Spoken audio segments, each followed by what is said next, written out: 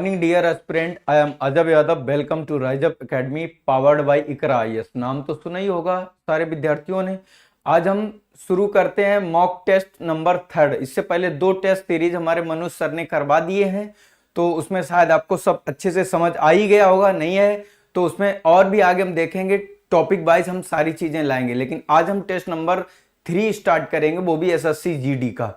GD का exam इस समय लेटेस्ट में आने वाला है, तो उसी के क्वेश्चन का पैटर्न और प्रारूप देखेंगे कैसे क्या क्वेश्चन होता है, सॉल्व करते हैं। चलते हैं हम लोग टॉपिक पे।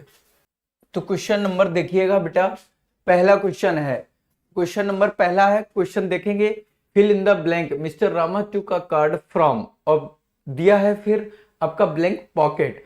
अब खाली स्थान है तो इसमें क्या हम फिल करेंगे, देखेंगे कि अगर आपने ग्रामर ठीक से पढ़ा है, जैसे हर जगह noun, pronoun, conjunction, preposition, interjection, पूरा पार्ट ऑफ स्पीच की बात करते हैं। लेकिन अगर आपने पढ़ा है तो फिलहाल देखेंगे कि जैसे हम क्वेश्चन की बात करेंगे, क्वेश्चन दिया है मिस्टर रामाचू का कार्ड फ्रॉम और फिर ब्लैंक पॉकेट। तो बेटा यह गौर से देखिएगा, मिस्टर रामा। तब मिस्टर रामा, मिस्टर और मिसेज, आपको तो फर्क पता ही होगा को जो मिस्टर होता है वो जेंडर मेल होता है, मिसेज होता है वो फीमेल होता है। तो इसकी बात करेंगे अगर हम, गौर से देखिए बेटा, मेल। अब जैसे ही मिसिस की बात करेंगे हम, तो मिसिस की बात करेंगे तो ये फीमेल जेंडर को। तो अगर यहां पर बेटा मिस्टर ना दिया होता, सिर्फ रामा दिया होता, तो शायद आप डाउट में रहते और फिर कहते कि हम यहां पर हिज लगाएं या हर लगाएं। लेकिन जब मिस्टर दिया है तो जेंडर हमारा क्लियर हो जाता है कि मेल है, तो उसी हिसाब से प्रोनाउन हम यहां पर हिज को फिल कर लेते हैं। तो ऑप्शन नंबर आपका 1 करेक्ट होता है। तो अब हम बात करेंगे कि हिज, देयर, हर, इट्स के बारे में कि आखिर ये हैं क्या। जैसे आपने देखा बेटा, हिज की बात करेंगे तो ये मेल के लिए होता है। अब आप देयर की बात करेंगे तो ये प्लूरल होता है और अपनों के लिए होता है। अब देखना, हर की बात करेंगे बेटा तो ये फीमेल जेंडर के लिए यूज होता है। और इट्स की बात करेंगे बेटा तो लिविंग और नॉन लिविंग, नॉन लिविंग की बात करेंगे तो सारा। अब ये पजेसिव एडजेक्टिव है। पजेसिव एडजेक्टिव होते क्या क्या है उन पे भी हम लोग बात करेंगे, एक बार देखेंगे कि जैसे आपने दिया है माई, अवर और योर, हिज, हर, इट्स, ये सारा आपको दिया है, ये पजेसिव एडजेक्टिव होता है बेटा।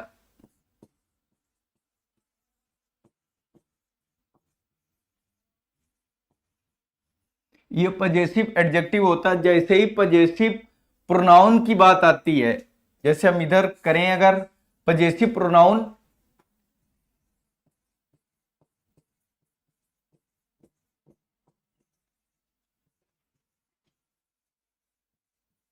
पजेसिव प्रोनाउन की बात करेंगे तो बेटा इसमें क्या होता है कि उसमें यस आपका लग जाता है। जैसे माई की बात करेंगे पजेसिव प्रोनाउन में तो ये बेटा हो जाएगा माइंस। अब इसको आप लोग अवर पढ़ते हैं और में, तो इसमें अवर्स हो जाएगा। और योर की बात करेंगे बेटा तो योर्स हो जाएगा। बाकी आपने देखा पजेसिव एडजेक्टिव तो आपका हिज है, उसी हिसाब से पजेसिव प्रोनाउन तो हिज पहले ही से ही है। अब आपने देखा जब हर की बात करेंगे तो हर्ष हो जाता है, और इट्स आपका दिया ही है तो आपने देखा है, तो ये पजेसिव प्रोनाउन की बात करेंगे। ये पजेसिव प्रोनाउन होते हैं, ये पजेसिव एडजेक्टिव होते हैं। तो इस हिसाब से क्वेश्चन आपका पजेसिव एडजेक्टिव और पजेसिव प्रोनाउन दोनों आपको समझ में आए होंगे। जैसे पजेसिव एडजेक्टिव की बात करेंगे, वो आपके 4 ऑप्शन दिए थे, बाकी 2-3 आपको हमने इधर समझाए। पजेसिव प्रोनाउन की बात करेंगे, जो पजेशन खुद का जो स्वामित्व रखते हैं वो पजेशन होता है। ठीक है बेटा, आई होप आपको क्वेश्चन समझ में आया होगा। चलते हैं question number next. Question number 2 है आपका बेटा, देखेंगे ये वन वर्ड सब्स्टिट्यूशन है, वोकैब का क्वेश्चन है। वोकैब तो आपको पता ही है कि हमारे मनुष्य सर जो टॉप फैकल्टी हैं आपके, वोकैब लेके चलते हैं, लेकिन फिर भी जो क्वेश्चन प्रैक्टिस सेट की बात करेंगे तो प्रैक्टिस सेट में आता है, तो उसको हम लोग डिस्कस करते हैं। वन वर्ड सब्स्टिट्यूशन है, a person who does not believe in God, एक ऐसा व्यक्ति जो भगवान पर आस्था नहीं रखता है, यानी विश्वास नहीं करता है। तो सबसे पहले हम देखेंगे वन वर्ड सब्स्टिट्यूशन क्या क्या होता है। ढेर सारे वर्डों को एक शब्द में कह देना, वन वर्ड का मतलब ही होता। अगर आपने देखा, जैसे थीस्ट की बात करेंगे, पहले देखेंगे थीस्ट का मतलब क्या होता है बेटा। थीस्ट का मीन बेटा आस्तिक। अब एथीस्ट का मतलब देखिएगा नास्तिक। और ट्रस्ट क्या होता है, विश्वास। और क्रेडिबल क्या होता है, ये होता है विश्वास के योग्य। जहां पर बेटा BLE शब्द किसी भी वर्ड में लग जाता है वो उसके कैपेबल हो जाता है, योग्य हो जाता है। वो वोकैब में सारा ट्रिक तरीका सर लोग बताएंगे, मनुष्य सर बताएंगे। लेकिन फिर भी आपको हम देखते हैं जब क्वेश्चन थोड़ा स्टैंडर्ड लेवल बनता है, जैसे CGL का, CHSL का बनता है, तो जैसे देखा कि अभी आपको तो पता ही है कि वह person who does not believe in God, जो भगवान पे विश्वास नहीं करता है, तो आंसर तो आप एथीस्ट लगा देते हैं, आपको बहुत सरल लगता है। लेकिन ये जब एक बड़ा एग्जाम होता है, जैसे CGL है, CPO है, तो जब उसमें क्वेश्चन होता है तो क्या होता है कि इसमें ट्रस्ट, क्रेडिबल ये सब ना देके इनको एक तक सटीक मीनिंग होता। जैसे देखना, सटीक मीनिंग की बात करेंगे, जैसे थीस्ट की बात करेंगे, तो यहां पर दूसरा अगर आएगा तो ऐसे दे दिया आपका ऑप्टिमिस्ट, और एथीस्ट में दे दिया पेसिमिस्ट।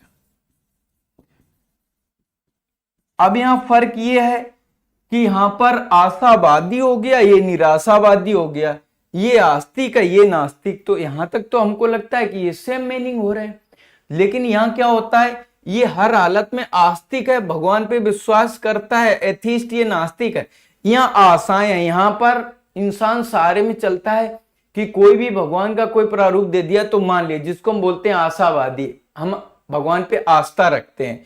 तो आई होप क्वेश्चन आपको समझ में आया होगा। One word substitution, a person who does not believe in God, option number आपका बी एथीस्ट सही है। लेकिन अगर डज नॉट की जगह अगर सिर्फ दिया a person who believe in God, तो आपका थीस्ट हो जाएगा। अब ट्रस्ट की बात करेंगे, जो ट्रस्ट का मतलब होता है, ये होता है बेटा ब्लाइंड फेथ, ये अंधा विश्वास होता है।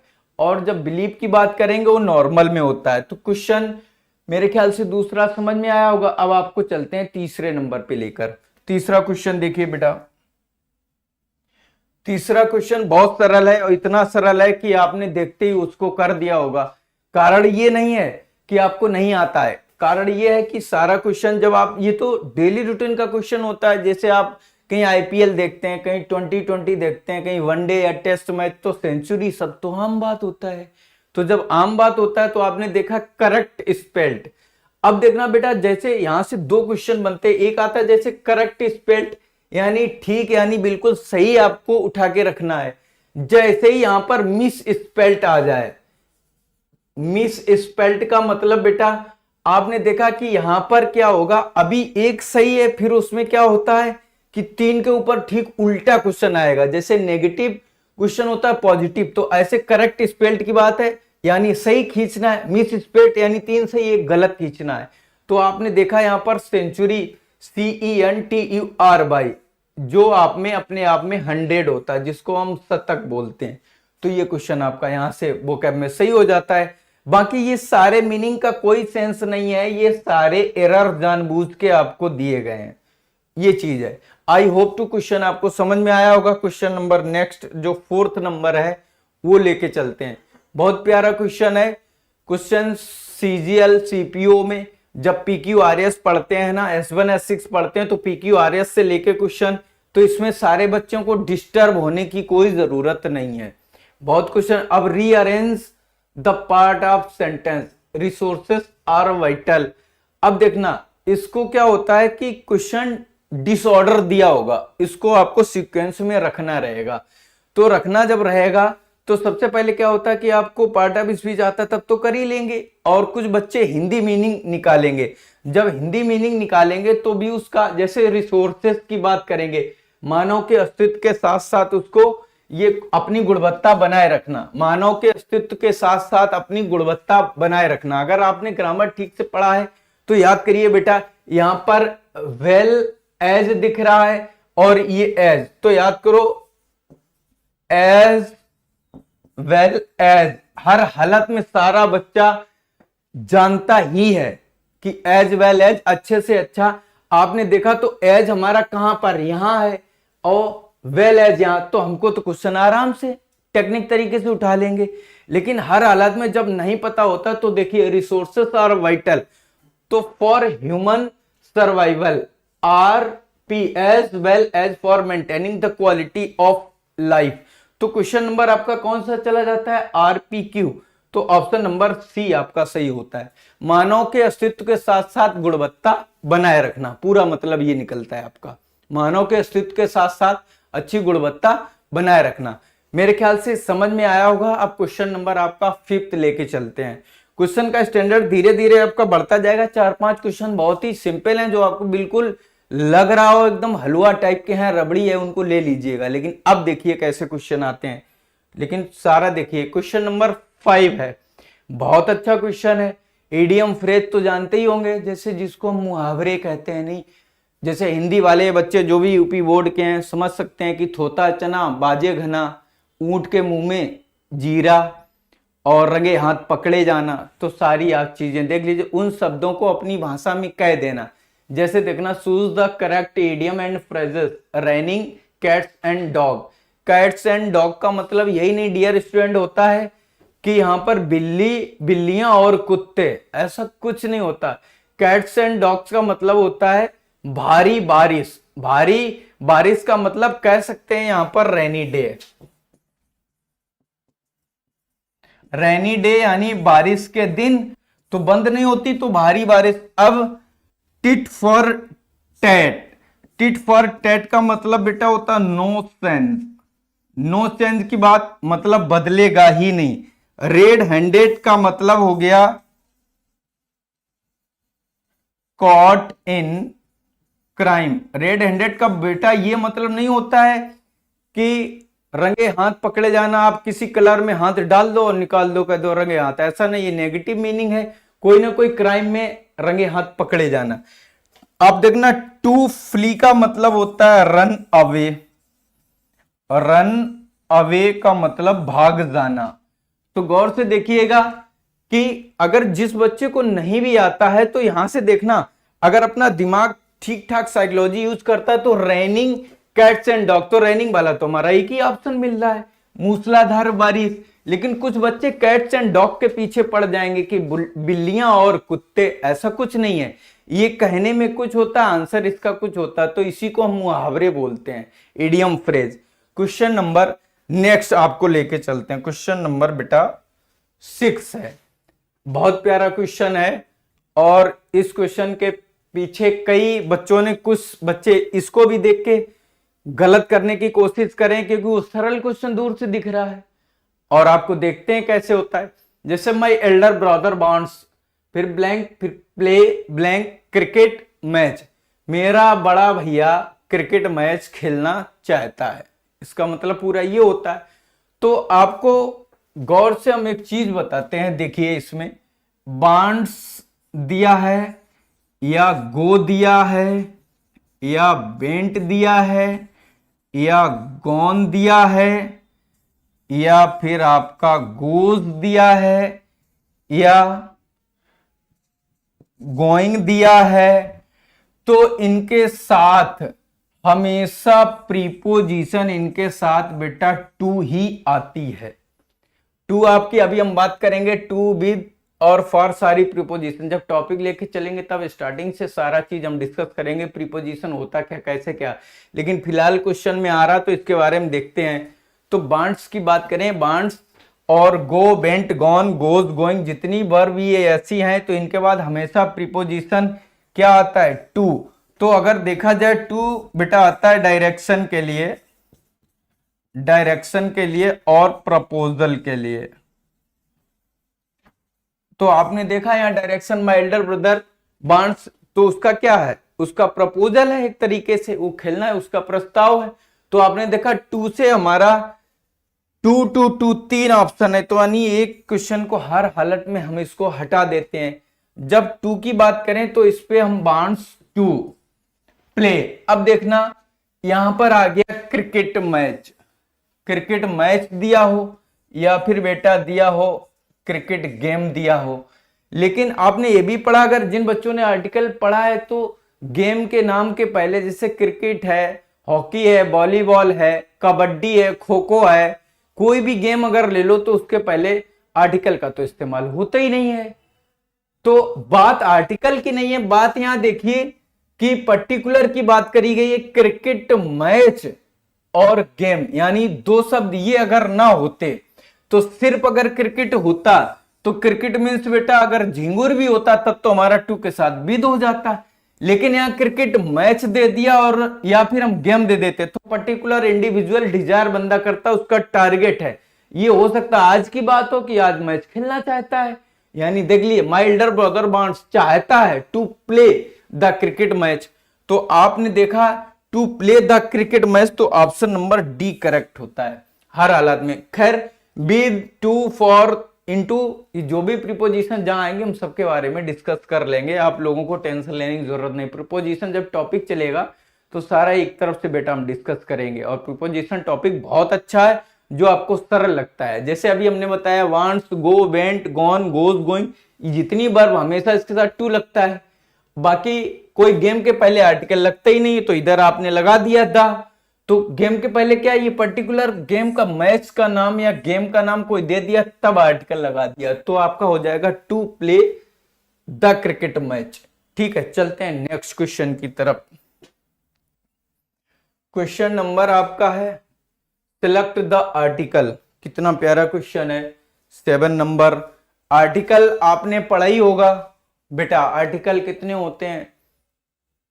हाँ, सारे बच्चे आर्टिकल को कह सकते हैं कि आर्टिकल हमारे 3 होते हैं।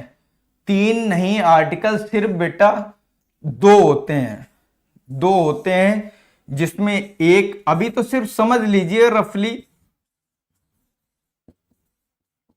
एक डेफिनिट हो गया और एक इंडेफिनिट। डेफिनिट में आर्टिकल द की बात करेंगे हम लोग और इंडेफिनिट की बात करेंगे तो ए और एन की बात करेंगे। तो इनका कोई दिक्कत नहीं होती है कि जब अभी अगर आपको आता है तो ठीक है, नहीं आता तो सिर्फ अभी क्वेश्चन पे हम लोग ध्यान देंगे। बाकी आर्टिकल टॉपिक आएगा तो एक तरफ से ऐसे समझेंगे जिंदगी में आर्टिकल आपको भूलना ही नहीं पड़ेगा, क्योंकि अब आप खड़े हैं राइज अप प्लेटफॉर्म पे। इसका मतलब यही होता है कि हर हालत में जो अभी तक तुम करते रहे हो अब नहीं करोगे। कारण है देखिए, जब हमने कह दिया select the article Ramesh has you, अब देखना ये तो पता ही है कि जो ए आता है ये आता है बेटा कॉन्सोनेंट साउंड के साथ, कॉन्सोनेंट साउंड के साथ, और जो एन होता है ये होता है बाउल साउंड के साथ, ये बाउल साउंड के साथ। तो बस इतना याद रखें, फिलहाल अभी इतना याद रखें, ऑटोमेटिक हो जाएगा। और सिंगुलर चीजों को डिनोट करते हैं ए और एन, यानी सिंगुलर काउंटेबल नाउन को ए एन डिनोट करते हैं। बस अभी फिलहाल क्वेश्चन करेंगे, इतना ध्यान रखेंगे। जैसे रमेश हैज यू, तो यू को अगर हम देखें तो ऐसे लिखते हैं, तो यू लिखा है तो हमने हर हालत में कॉन्सोनेंट साउंड है तो हमने ए लिख दिया। लेकिन अगर हम इसी की जगह ये यू लिखा है, अगर हम यहां पर यू की जगह थोड़ा कंफ्यूज करें इव लिख दें तो अब क्या करेंगे? तो यहां पर इव का मतलब क्या होता है, ये अनकाउंटेबल नाउन शाम की बात कर रहे हैं तो इसके पहले कोई भी आर्टिकल नहीं आएगा। लेकिन यू की बात करें अ फीमेल शीप, ये क्या होगा बच्चा? अ फीमेल शीप, यानी मादा भेड़ जिसको हम कहते हैं। तो आर्टिकल इसमें आपका ऑप्शन नंबर ए सही हो जाता है। आई होप क्वेश्चन आपको समझ में आया होगा। चलते हैं नेक्स्ट, देखेंगे 8 नंबर।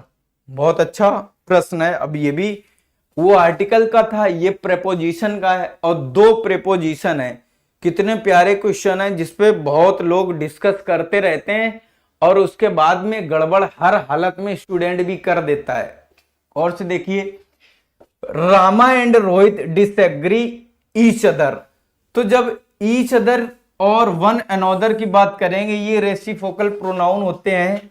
तो जब ईच अदर और वन अनदर की बात करेंगे तो ईच अदर दो बंदों के लिए आता है और ये होता है मोर देन टू, यानी दो से अधिक के लिए। तो बच्चा आपने देखा रामा और रोहित दो ही बंदे तो हैं, तो हर हालत में जब दो पर्सन होते हैं तो पर्सन के लिए हमेशा विद आता है। Rama and Rohit disagree with each other. अब हम समझेंगे प्रीपोजिशन टू, इनटू और ऑन, अलोंग विद, बिसाइड। इसके बारे में चाहो तो आप थोड़ा थोड़ा एक नजर देख लो। फिलहाल प्रीपोजिशन टॉपिक आएगा तब हम करवाएंगे, लेकिन आप टू है, ऑन है और अलोंग, इनको देख लीजिए एक बार। जैसे देखो बेटा, टू, ऑन और अलोंग, और इसके बाद बिसाइड।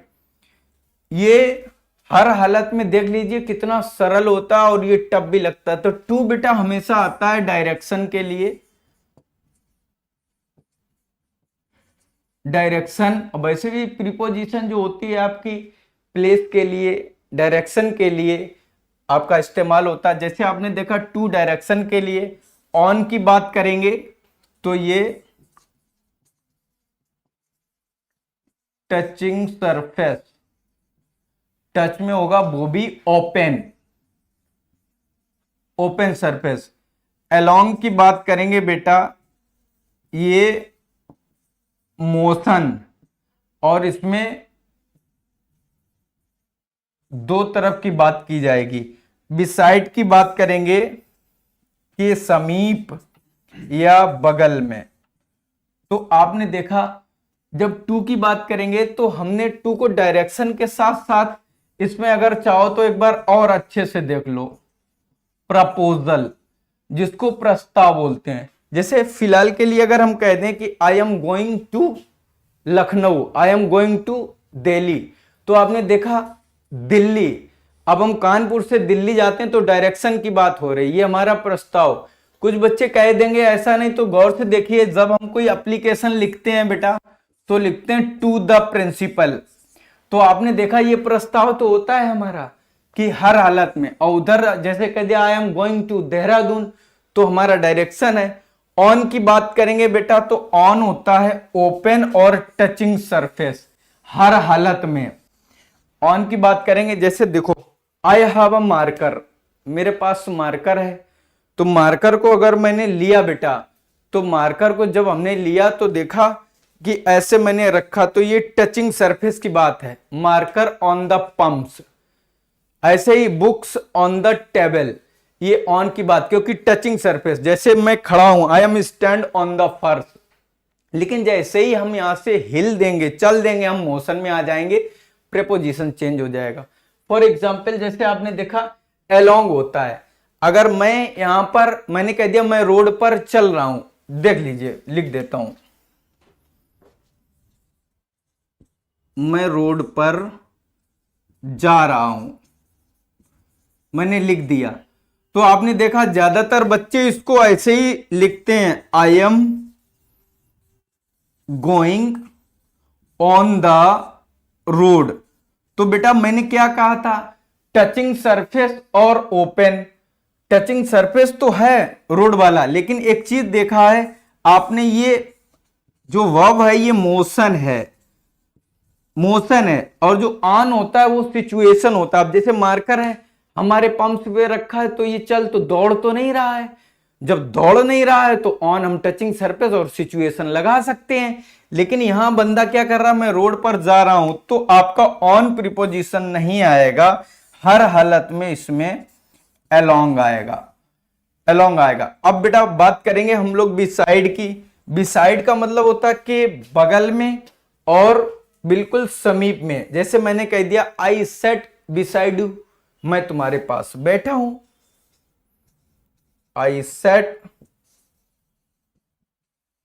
बिसाइड यू, मैं तुम्हारे करीब या तुम्हारे पास बैठा हूं। तो आई होप आपने सारे प्रीपोजिशन समझे। जब हम टॉपिक लेके चलेंगे तो हर हालत में प्रीपोजिशन एक एक आपको ऐसे समझाएंगे कि जिंदगी में आप फॉरगेट नहीं कर पाएंगे। चलते हैं नेक्स्ट क्वेश्चन की तरफ से। अब देखिए फिर एक क्वेश्चन रिपीट हो गया। अगर आपका करेक्ट प्रोनाउंसिएशन है तो आर्टिकल जो सबसे दिखने में सरल टॉपिक लगता है, ये सरल नहीं होता है। अब जैसे आप बताओ ईयर लिखा है, तो अब हर हालत में बच्चा कॉन्सोनेंट साउंड के हिसाब से ईयर को तो ऐसे ही पढ़ेगा ना, हर हालत में ईयर को ऐसे या तो ऐसे पढ़ लेगा। हिंदी की बात करेंगे, यही तो ईयर को पढ़ पाएगा बच्चा। और जब ईयर को ऐसे पढ़ेगा तो बच्चा हर हालत में आर्टिकल क्या लगा बैठेगा, एन। तो एन का कोई मतलब ही नहीं जाता है, क्योंकि ईयर का प्रोनाउंसिएशन बेटा ये होता है, और जब ये ईयर का होता है तो ये कॉन्सोनेंट साउंड है, और कॉन्सोनेंट साउंड के अकॉर्डिंग ऑप्शन आपका क्या जाएगा, आर्टिकल ए जाएगा। बाकी दा तो पता ही है यूनिक होता है, और नो आर्टिकल अलग है। बेटा जब आर्टिकल टॉपिक चलेंगे तो बहुत कायदे से लेके चलेंगे हर हालत में, क्योंकि 2 क्वेश्चन तो बनते ही हैं सीजीएल में। पिछली बार 3 क्वेश्चन आ गए आर्टिकल के। अब कैसे करेक्ट करना है, कैसे इनकरेक्ट, ये सारी चीजें जब ज्यादा से ज्यादा डिस्कस करेंगे और आप प्रैक्टिस करेंगे तब कर पाएंगे। चलते हैं नेक्स्ट क्वेश्चन में।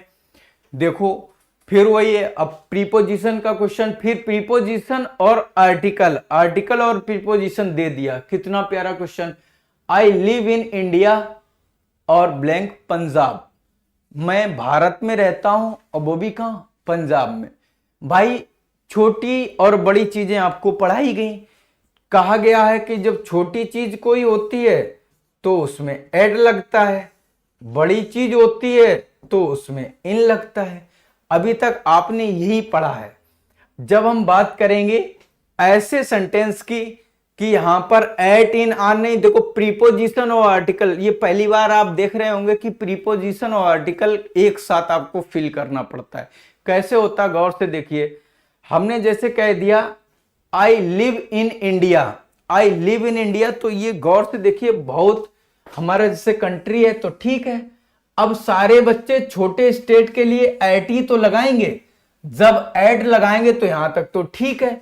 लेकिन अब आपने देखा एट वाला एक ऑप्शन है तो कई बच्चे बहुत खुश हो जाएंगे कि हमारा तो क्वेश्चन सही हो गया, लेकिन ऐसा नहीं है। आपने देखा स्टेट के पहले कभी भी आर्टिकल नहीं आता है, क्योंकि प्रॉपर नाउन के पहले कभी आर्टिकल आता ही नहीं है। तो जब पंजाब है तो पंजाब के पहले मैं आर्टिकल रख रहा हूं, तो अगर रख रहा हूं तो क्यों आ रहा है, कारण सिर्फ ये नहीं, कारण ये है कि पंजाब अपना इंडिया वाला फिक्स किया जा रहा है, क्योंकि पंजाब एक दूसरा भी है।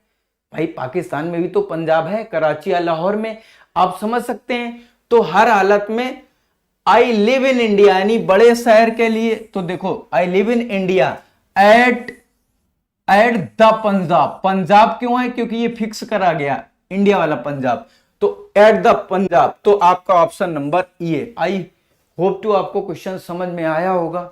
फिर भी अगर कोई दिक्कत आती है, क्वेश्चन में नहीं समझ में आया, कोई प्रॉब्लम किसी भी बच्चे को, तो कमेंट करके हमको लिख के बता सकता है, उसको हम दोबारा से देखेंगे अगर ऐसी बात है। नेक्स्ट क्वेश्चन देखेंगे, क्वेश्चन नंबर 11। गौर से देखिए स्पॉटिंग एरर है। अब स्पॉटिंग एरर की बात करेंगे तो इसमें बताए ना, पार्ट ऑफ स्पीच पढ़ेंगे तो थोड़ा ठीक है, अगर नहीं भी पढ़ेंगे तो एरर पता ही नहीं चलेगा। अब देखना इसमें नाउन्स की एरर दे दी है या प्रोनाउन की या वर्ब की, तो गौर से देखिए Mohini has do her work in the morning, यानी मोहिनी जेंडर तो आपको पता ही है कि फीमेल है, तो मोहिनी अपना काम करती है सुबह को। अब जब अपना काम करती है तो आप कह सकते हैं कि हैज, जब किसी क्वेश्चन में आपका देखा होगा हैज और हैव की बात करें तो वर्ब की कौन सी फॉर्म आती है, थर्ड, और यहां पर क्या रखा है, डू, तो आपको क्या मिलना चाहिए यहां पर, डन। तो आपने देखा Mohini has done her work in the morning, Mohini अपना काम कब करती है, मॉर्निंग। तो ऑप्शन नंबर आपका बी जाता है सही, यानी बी में आपकी एरर है। तो गौर से देखिएगा कि कभी जैसे प्रेजेंट परफेक्ट, ये प्रेजेंट परफेक्ट है, प्रेजेंट परफेक्ट टेंस में हेल्पिंग वर्ब हैज और हैव आता है। जो हैज होता है ये आपका सिंगुलर सब्जेक्ट के साथ है, और जब हैव की बात करेंगे बेटा तो ये आपका प्लूरल सब्जेक्ट के साथ है। ठीक, तो यहां पर ये क्वेश्चन स्पॉटिंग आपका बी में एरर है। ठीक है, चलते हैं नेक्स्ट क्वेश्चन नंबर 12 में। The child steal ate so last evening, no error. अब देखिए कितना प्यारा क्वेश्चन है। अब इसमें आप कह सकते हैं कि सर अब इसमें नाउन की तो एरर हमको दिख नहीं रही है। अगर आपने सही से टाइम टेंस नहीं रीड आउट करा है, टेंस नहीं पढ़ा है, तो क्वेश्चन नहीं कर पाएंगे। अब आपने देखा एक शब्द आता है, जैसे ये लिखा है लास्ट इवनिंग। अब मैं थोड़ी देर के लिए यहां लिख दूं लास्ट मंथ, लास्ट मंथ। अब मैं लिख दूं यहां पर लास्ट वीक लिख दूं, या मैं फिर एगो लिख दूं। तो सारी चीजें जब ऐसे स्टार्ट होती हैं तो ये हर हालत में बेटा होती हैं पास्ट टेंस की, पास्ट टेंस की होती हैं। और पास्ट टेंस में हमेशा वर्ब की कौन सी फॉर्म का इस्तेमाल किया जाता है? सेकेंड फॉर्म का इस्तेमाल करा जाता है पास्ट टेंस में। तो आपने देखा द चाइल्ड स्टील, तो स्टील तो फर्स्ट है, तो ऑटोमेटिक यहां से एरर आती है। तो चाइल्ड क्या हो जाएगा बेटा? Stall, steal, stole, stolen. तो आपने देखा स्पॉटिंग एरर ऑप्शन आपके ए में मिल जाती है। ये क्वेश्चन आई होप टू आपको समझ में आया होगा, जहां पर last evening, last month, last week और एगो वगैरह ऐसे शब्द आ जाते हैं जो पास्ट में, और पास्ट में हमेशा वर्ब की सेकंड फॉर्म काम करती है। तो सेकंड फॉर्म स्टोल आपको यहां पर दे दिया, तो ऑप्शन नंबर ए आपका करेक्ट जाता है। क्वेश्चन नंबर 13 पे चलेंगे। अब 13 है, कितना प्यारा क्वेश्चन। फिर देखो स्पॉटिंग एरर आ गया। यस अपॉस्ट्रोफी, यहां पर यस दिया, hairs are curly, no error. यानी यस के बाल घुंघराले हैं, यस के बाल घुंघराले। अब देखना, अब जब बच्चे पढ़ते हैं तो यहां पर कहते हैं यस ऑफ हेयर्स करना चाहिए, लेकिन ये अपॉस्ट्रोफी यस है, ये अपना स्वामित्व दर्शाता है। तो यस के यहां पर आप हो या ना हो कोई फर्क नहीं पड़ता, यस के बाल। अब बताओ, हमने कह दिया कि यस के बाल घुंघराले हैं, तो मैंने ऐसे बाल दे दिया। अब बाल ये दूर से आपको काउंटेबल अनकाउंटेबल कुछ तो दिख रहा होगा ना। अब जब अनकाउंटेबल नाउन है तो इसका प्लूरल बनता नहीं है।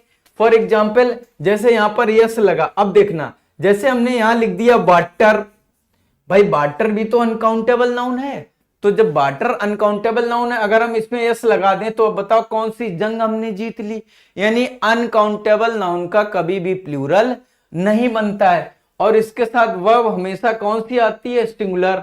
तो यस हेयर इज। अब करली मीन्स होता है घुंघराले। क्या होता है? घुंघराले। यस के बाल कैसे हैं? घुंघराले हैं। क्रिवली बेटा निर्दयी होता है। बोके बहुत ध्यान रखें, ये इंग्लिश है, English is the international language, बस इतना याद रखेंगे। Remember in future for our English subject. इसमें दिख रहा है करली, और आप क्रिवली पढ़ लेंगे तो गड़बड़ हो जाएगा। करली मीन्स घुंघराले, तो यस हेयर्स इज करली। तो मेरे हिसाब से आपने देखा ऑप्शन नंबर इसमें कौन सा है? बी। आप एरर इसमें ढूंढ लिए। क्वेश्चन नंबर नेक्स्ट 14 पे चलते हैं। आई होप टू समझ में आया होगा।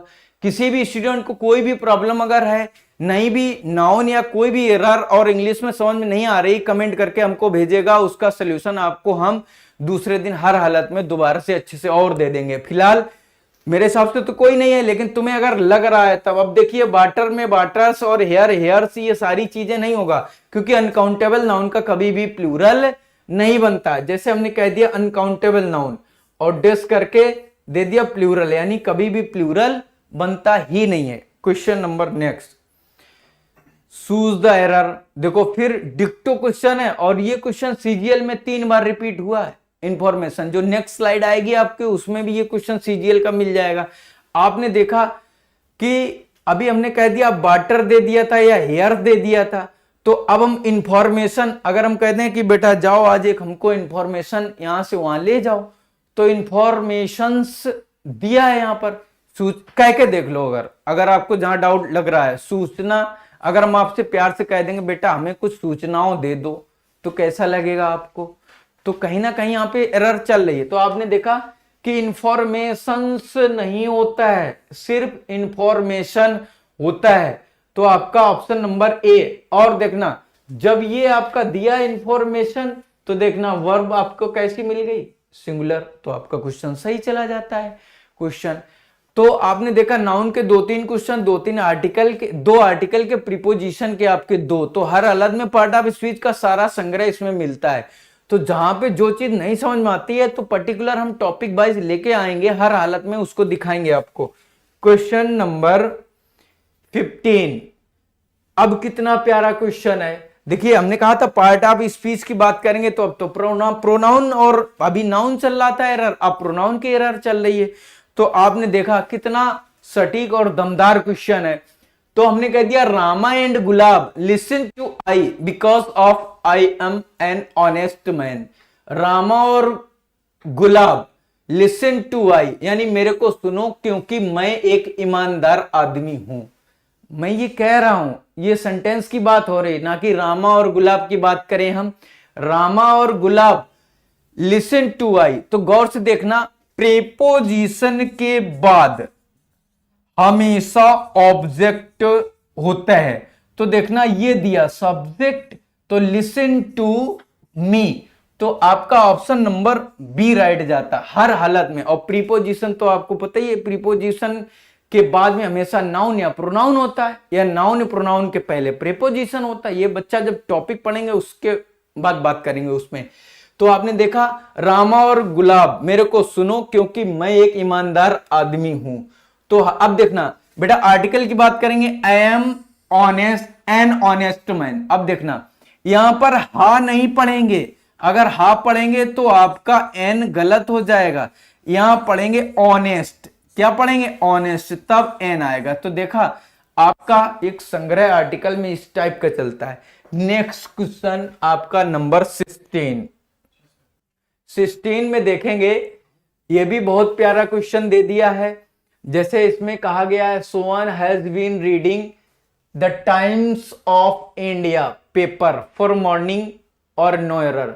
देखो टाइम टेंस को सीखने की जरूरत है क्योंकि टाइम टेंस से मेरे को 2 क्वेश्चन प्रैक्टिस सेट में मिल रहे हैं। आपने गौर से देखा present perfect continuous, present perfect continuous में आपको पता ही है कि वहां पर सिंस और फॉर का प्रयोग होता है। तो सिंस का मतलब होता है,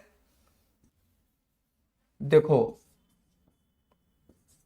point of time, point of time की बात करेंगे। और जब फॉर की बात करेंगे बेटा हम पीरियड ऑफ टाइम, यानी हिंदी में कह सकते हैं इसको निश्चित और अनिश्चित समय के बारे में बात करेंगे सिंस और फॉर। क्योंकि जहां पर हमको has been, have been, had been और will have been, shall have been दिया है तो वहां पर हमेशा सिंस फॉर का, बट हमें टाइम पता होना चाहिए ना। अब देखना कि the Times of India, the Times of India newspaper का नाम है, गजेटेड है, तुमने देखा आर्टिकल द लगा। अब Sohan has been reading, Sohan पढ़ रहा है सुबह से टाइम्स ऑफ इंडिया, तो आपने देखा फॉर मॉर्निंग की जगह बेटा, क्योंकि ये तो डिसाइड निश्चित है तो हमेशा इसमें क्या लगेगा, सिंस लगेगा। तो ऑप्शन नंबर आपका देखा कौन सा जाता है, सी। तो ऐसे sporting error times of India वगैरह और टेंस में वगैरह आप इस हिसाब से देखेंगे। जैसे न्यूज़पेपर की बात करेंगे तो न्यूज़पेपर जैसे द हिंदू हो गया, टाइम्स ऑफ इंडिया हो गया, जितने गजेटेड पेपर हैं, द क्रॉनिकल वगैरह, इनके सबके पहले आर्टिकल देख लीजिए, फिक्स है। इसके बाद सुबह हो गया, दोपहर हो गया, शाम हो गया, जो फिक्स है, पॉइंट ऑफ टाइम है। तो आपने देखा यहां पर सिंस मॉर्निंग, तो option number C is correct. Question number 17 देखते हैं, चूज द एंटोनिम्स। बहुत प्यारा क्वेश्चन है एंटोनिम्स। ये क्वेश्चन आया है आपका 2017 में और एसएससी जीडी का क्वेश्चन है, उठा के देख लीजिएगा हर हालत में। बोरिंग, बोरिंग आप समझ सकते हो। अब लेजी, लेजी मीन्स क्या होता है बेटा, सुस्त, क्या होता है, लेजी सुस्त होता है। अब एंजॉय की बात करेंगे तो एंजॉय आनंद, और अनहैप्पी अप्रसन्न, और एक्साइटिंग तो पता ही है आपका, एक्साइटमेंट। अब बोरिंग क्या होता है, जो बोर हो रहा हो, जिसमें कोई इंटरेस्ट ना हो, तो उसका एंटोनिम्स की बात करेंगे तो एक्साइटिंग हो जाएगा। अब गौर से देखिए तो इसका बोरिंग का कितना सरल क्वेश्चन है, बोरिंग का जो बोर हो रहे हो तो उसका एक्साइटिंग हो जाएगा। अनहैप्पी, अप्रसन्न, तो आपने देखा इसका जो एंटोनिम्स आपका जाएगा तो अनहैप्पी का तो हैप्पी जाएगा, लेकिन कुछ बच्चे क्या करेंगे, हैप्पी मीन्स होता है खुश, तो दुख का होता है बेटा सैड, तो सैड करेंगे। लेकिन प्रसन्न का एंटोनिम्स हमेशा अप्रसन्न यानी हैप्पी का अनहैप्पी होता है, ना कि सैड हो जाएगा, तो कोई मतलब नहीं बनता है। तो आपने देखा बोरिंग का एंटोनिम्स क्या हो जाएगा, एक्साइटिंग। क्वेश्चन नंबर आपको 18 लेके चलते हैं। आई होप आपको समझ में अच्छे से आ रहा होगा। 20 क्वेश्चन है, 20 या 21 होंगे आपके। तो एसएससी जीडी में इस टाइप के क्वेश्चन आते हैं जो आपको बहुत ही सरल लग रहे हैं, सरल नहीं होते हैं। आपने देखा 5 क्वेश्चन तो सरल जानबूझ के हम लोग एंट्री करा देते हैं ताकि आपको लगे बैलेंस पेपर। इसके बाद 5 क्वेश्चन से क्या सिलेक्शन होता है, सिलेक्शन तो आपका ठीक ठाक स्कोर करेंगे तभी होगा। मेरे ख्याल से 2 मनुष्य सर ने प्रैक्टिस सेट कराए हैं और एक तीसरा हम लेके चल रहे हैं। आप जी भर के प्रैक्टिस सेट और टॉपिक वाइज पे ध्यान दे दीजिएगा। हर हालत में आप 17+ स्कोर करेंगे एसएससी जीडी में, I promise. Choose the antonyms. अब देखना आर्टिफिशियल की बात करेंगे। आर्टिफिशियल क्या होता है, गौर से देखिए कितना सरल है। अब ये भी एंटोनिम्स की बात करेंगे, एंटोनिम्स की। तो आर्टिफिशियल, आर्टिफिशियल आपका हर हालत में होना ही चाहिए कि आप कैसे कर लेंगे भाई। देखो एक होता बनावटी, एक होता बेकार टाइप का। जैसे देखना आपका नेचर है, नेचर क्या होता है, प्रकृति होता है, प्रकृति। और नेचुरल प्राकृतिक, और नेशन राष्ट्र, और निम्बल आपका होता है फुर्ती। तो आपने देखा आर्टिफिशियल जो बनावटी होता है तो उसका प्राकृतिक आपका एंटोनिम्स क्या चला जाएगा बेटा, नेचुरल। तो आपका आई होप बहुत अच्छे से समझ में आया होगा कि 2 एंटोनिम्स थे आपके, बाकी पार्ट ऑफ स्पीच सारा है तो आपको समझ में आ ही रहा होगा। अब क्वेश्चन नंबर 19 देख लीजिएगा, चूज द सिनोनिम। अब ये दिया सिनोनिम जो समानार्थी शब्द होता है, तो समानार्थी शब्द होता है तो आपने देखा चूज द सिनोनिम सूथिंग। अब पेसिफाई, पेसिफाई ये आराम कर रहा है, ये क्या होता है, आराम करना। अब आपने देखा कंफर्टेबल, कंफॉर नहीं बेटा कंफर्टेबल, कंफर्टेबल क्या होता है, ये आरामदायक। अब रेस्ट मीन्स तो पता ही है आराम, तो मेरे हिसाब से देखा है सूथिंग।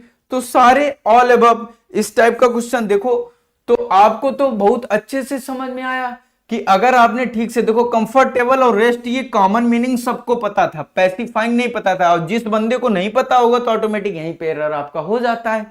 तो आई होप आपने ये क्वेश्चन सारे समझे बहुत अच्छे से। फिर भी आपको कोई दिक्कत परेशानी लगती है कभी भी आप कमेंट करके बताइएगा, हर हालत में आपके ऊपर काम किया जाए। और टॉपिक वाइज हम लोग बहुत जल्द, हो सकता है कल परसों में, आपका आर्टिकल नाउन प्रोनाउन जो भी कमेंट करके बताएं हम टॉपिक लेके आएंगे। हर हालत में आप इंग्लिश की प्रॉब्लम जड़ से खत्म हो चुकी है आपकी, क्योंकि हमारे पास यहाँ पर मनुष्य सर जो हैं वो आपका वोकैबुलरी लेके चल रहे हैं और मैं ग्रामर लेके चल रहा हूं। तो आपको टेंशन लेने की बिल्कुल जरूरत नहीं है।